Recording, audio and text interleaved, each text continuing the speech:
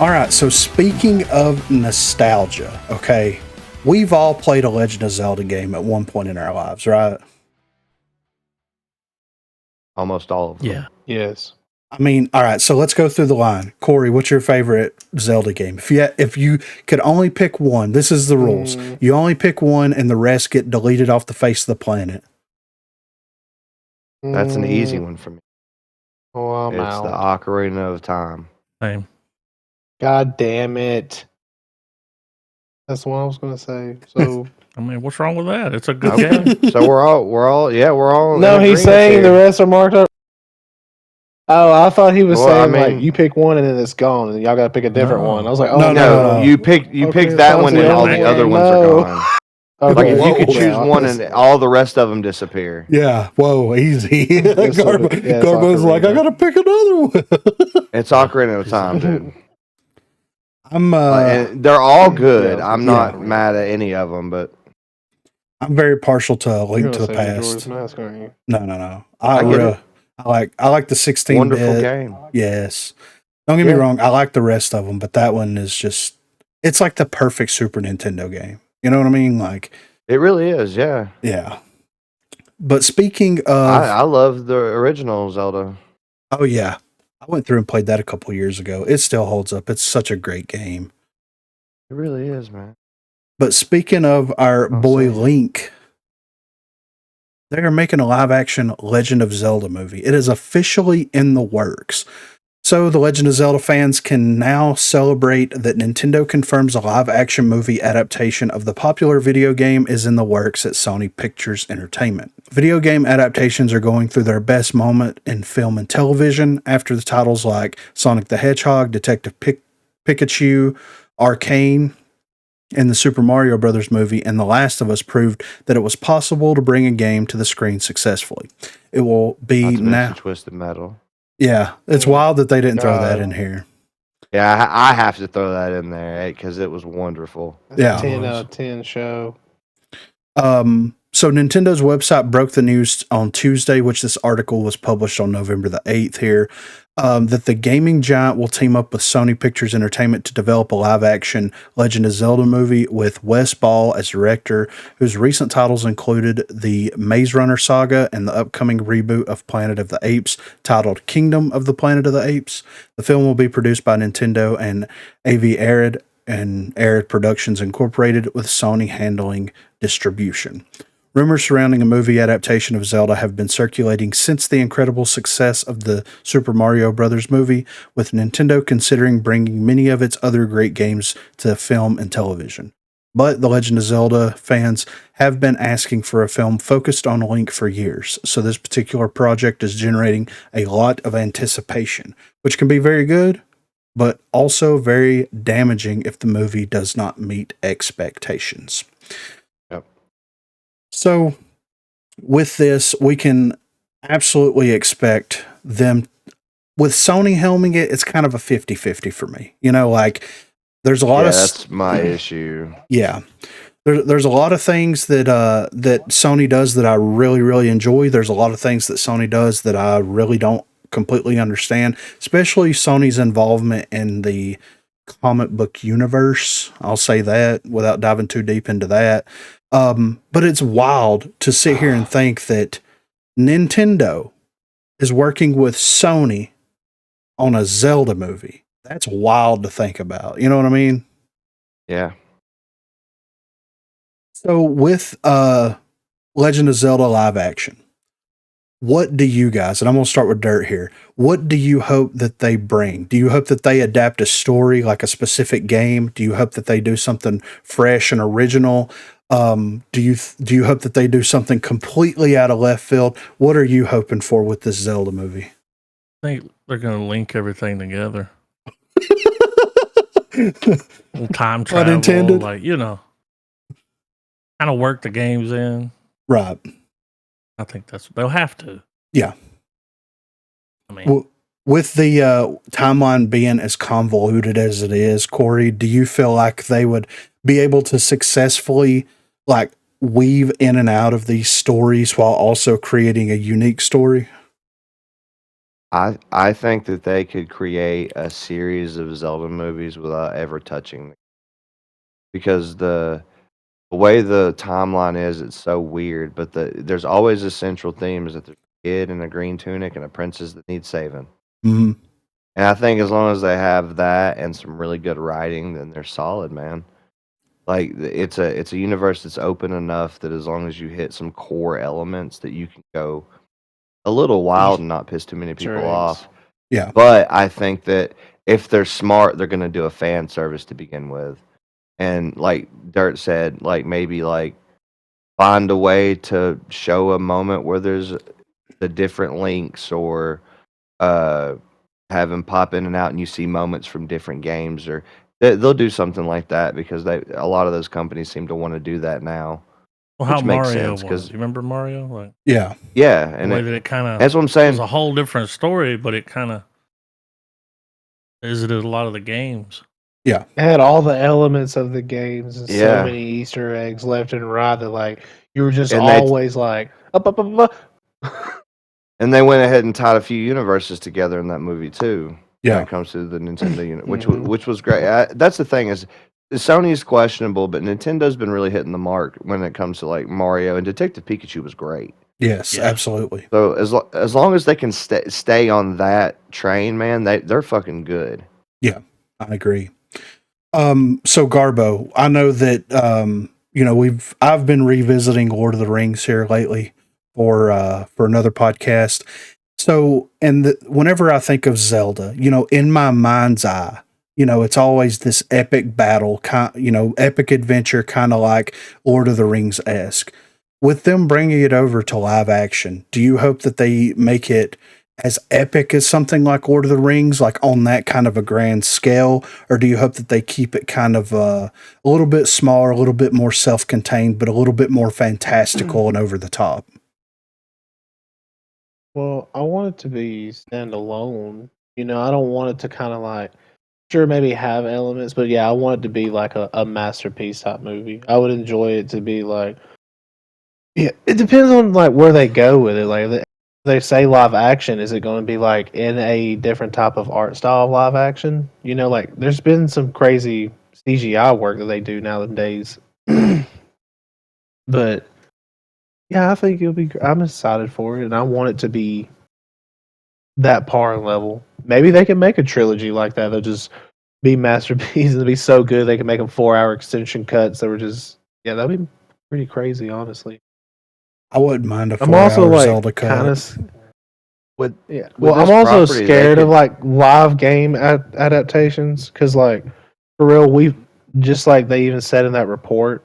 They already have so many like game live adaptations. Like I'm kind of worried that like people like again they're recognizing that what if they just start overhauling on games, so like this is kind of like but I am excited for this one. I mean, this is a great one, but I'm just also afraid of the direction of all that too. they are overhauling on games. Aren't we getting like a fucking Tetris movie or something?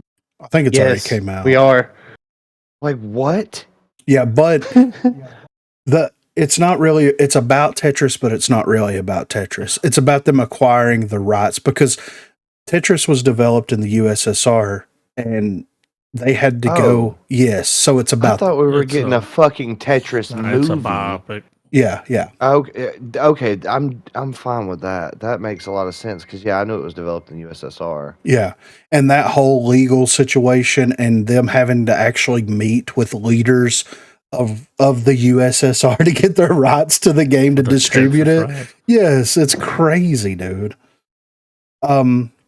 But yeah, I feel Garbo's concern on this absolutely because it's the same thing that's happening right now with comic book movies. You know, comic book movies came out, they nailed it, they hit the mark, and then now we're flooding the market with questionable, you know, comic book properties and questionable movies and TV shows that are coming out. I'm not saying that they're all bad, but like, and of course, the more that you saturate the market, the more likelihood of a terrible translation of a game coming out, you know? So I get the concern with that. Absolutely. Yeah, So, but but I am excited. yeah, I hope Zelda succeeds. Like, I mean, They are doing it. I'm happy it's confirmed, but man, I want them to knock it out the park. Kind of like how they did the Mario movie. Because like the Mario movie, they knocked that movie right out of the park. Yes. Well, it's I got to want be to a see good sequels. story because It's got to be a good Nintendo's story. held out for a long time. Yep. There's been With a this lot property- of talk over the years. They're finally going And- to let it happen. The things that they have done, Zelda, that are like the cartoons and stuff, weren't great. Bad. Yeah. I mean, it was a product of But, its time. It absolutely was. But even when I was a kid, I was like, man, this isn't good. Yeah. Like, I watched it when I was a kid, you know? Yeah. But this property, I think they could go either way. When you're talking about, when you ask Garbo, like, they could go epic and Mhm. slightly more serious. Or they can keep it a little jovial and comical and a little cartoony, even though it's live action. They could do that, and it would still work. Yeah.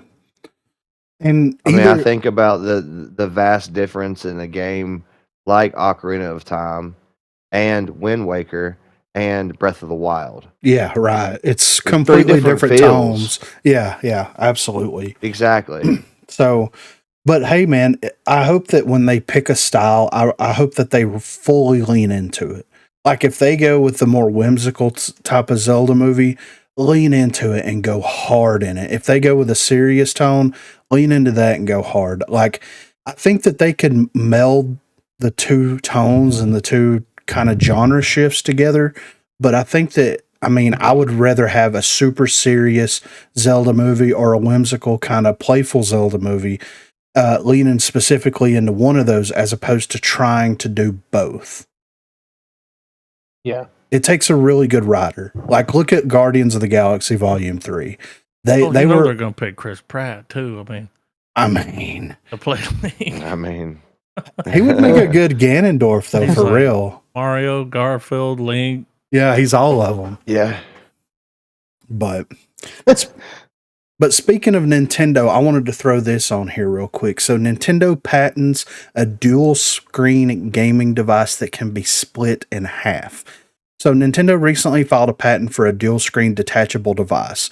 With the Switch 2 being Nintendo's worst kept secret, every patent and leak that emerges raises an eyebrow from fans who are eager to get a first look at the next generation.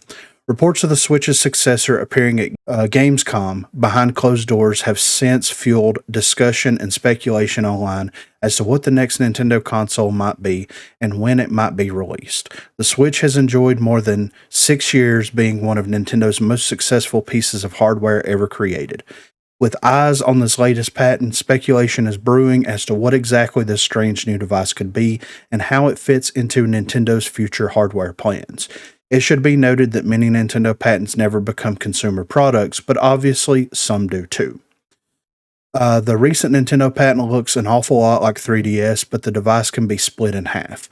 The two separate halves can communicate with each other wirelessly, allowing two gamers to play together on the same device. While connected, the two halves play together like a DS or 3DS. Interestingly enough, there is also a touch screen on the outside of the console, which allows gamers to interact with the handheld even when it's closed. If the device does see the light of day, it could serve to bring a ton of essential DS games to the Nintendo Switch online library. Again, Nintendo patents aren't guaranteed that these products are coming to store shelves. Big companies file patents all the time to protect their potential products. It's certainly something Nintendo is working on in some capacity, but it remains to be seen if it will ever materialize as a tangible item available for purchase. Also interesting to note, the device appears to be a handheld-only device. With the Switch, Nintendo also combined both its handheld and home console markets, given the hardware's hybrid nature. One of the few things fans know about the successor is that Nintendo is planning to use Nintendo accounts for a smooth transition to Switch 2. With that understanding, it seems unlikely that the Switch's follow-up will differ from the current iteration too much. Not to mention the success of the hybrid model might be difficult for Nintendo to walk away from. That being said, Nintendo loves to subvert expectations, or rather, the Japanese company places great importance on innovation and typically employs out of the box thinking. For that reason, it's impossible to predict what Nintendo is going to do next. Making a detachable 3DS inspired device feels as likely as anything else it could bring to the market. And there are some pictures of the device here, which it does look a lot like 3DS or a Nintendo DS with, you know, the ability to kind of split it off and maybe a front facing screen as well, which is, well, they said it was a front facing touch screen on the outside, which is pretty interesting. So, I mean, the Switch is one of the highest selling consoles Nintendo's ever published, and having a legitimate follow up to this product is going to be very difficult for Nintendo to do, and I understand that. But I think that this is kind of the logical direction because Nintendo kind of developed themselves into a box with the DS and the 3DS, having a dual screen and having games require the dual screen functionality to be able to play. Anybody that's ever tried to emulate a DS game or a 3DS game, it's very difficult to do that because you have to play the game on the screen and then you have to pause the game and swap to the other screen or swap to the other screen while the game is running. It's not easy to do that. But if they decided to transition to a handheld only Switch, kind of like what they did with Switch Lite and made it backwards compatible with the 3DS and the DS, I think they might have themselves a pretty interesting idea there because Nintendo's always going to have a handheld console in the game. Has technology came far enough, and we've kind of seen it with the Switch, but has the technology advanced enough to where they can solely rely on a hybrid device? Or are we still a couple of years away from just being able to have that type of hybrid device? And I know Dirt knows a little bit about this. So, like, what are your thoughts on, is the technology there? We've seen it with the Switch, but they've had to peel back quite a bit with the Switch on what can be released on it, what the resolution, frame rates, and things like that are. Other than streaming services, could they develop that's the only thing that they could do? Gotta be. I mean, come on. Yeah. You can only cram so much in that thing. Right. They're gonna put a Raspberry Pi in it and you gotta have internet. Yeah. There'll be stuff you can play offline, but right. You ain't running around Caldera. You're not dropping Verdansk in it? I mean, they've always been the king of the handheld. They have, yeah, absolutely. I mean, yeah, they've existed in that market where everybody else fell out. Yeah, and I like the design. I'm surprised we're not in a position where they're not having you pay like $100 a year to where you have Nintendo internet, like satellite internet that comes directly put to a cell that phone when you're just out and about. Put a SIM they'll card make a in fucking it deal with give it Starlink 5G. or something. Yeah, exactly. And you got internet, and then you just pay Nintendo service.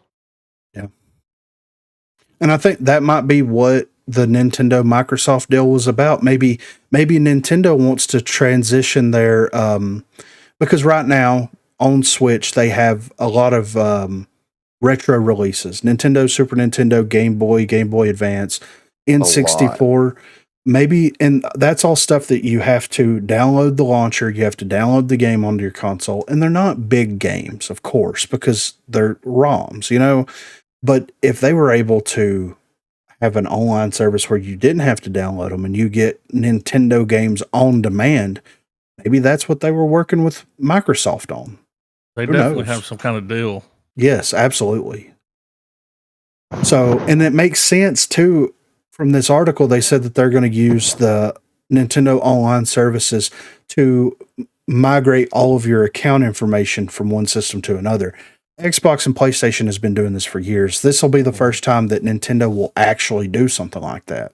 And they're going to need a backbone to do that, so Microsoft is there with that as well. What's Microsoft getting out of it? Other than money, you know?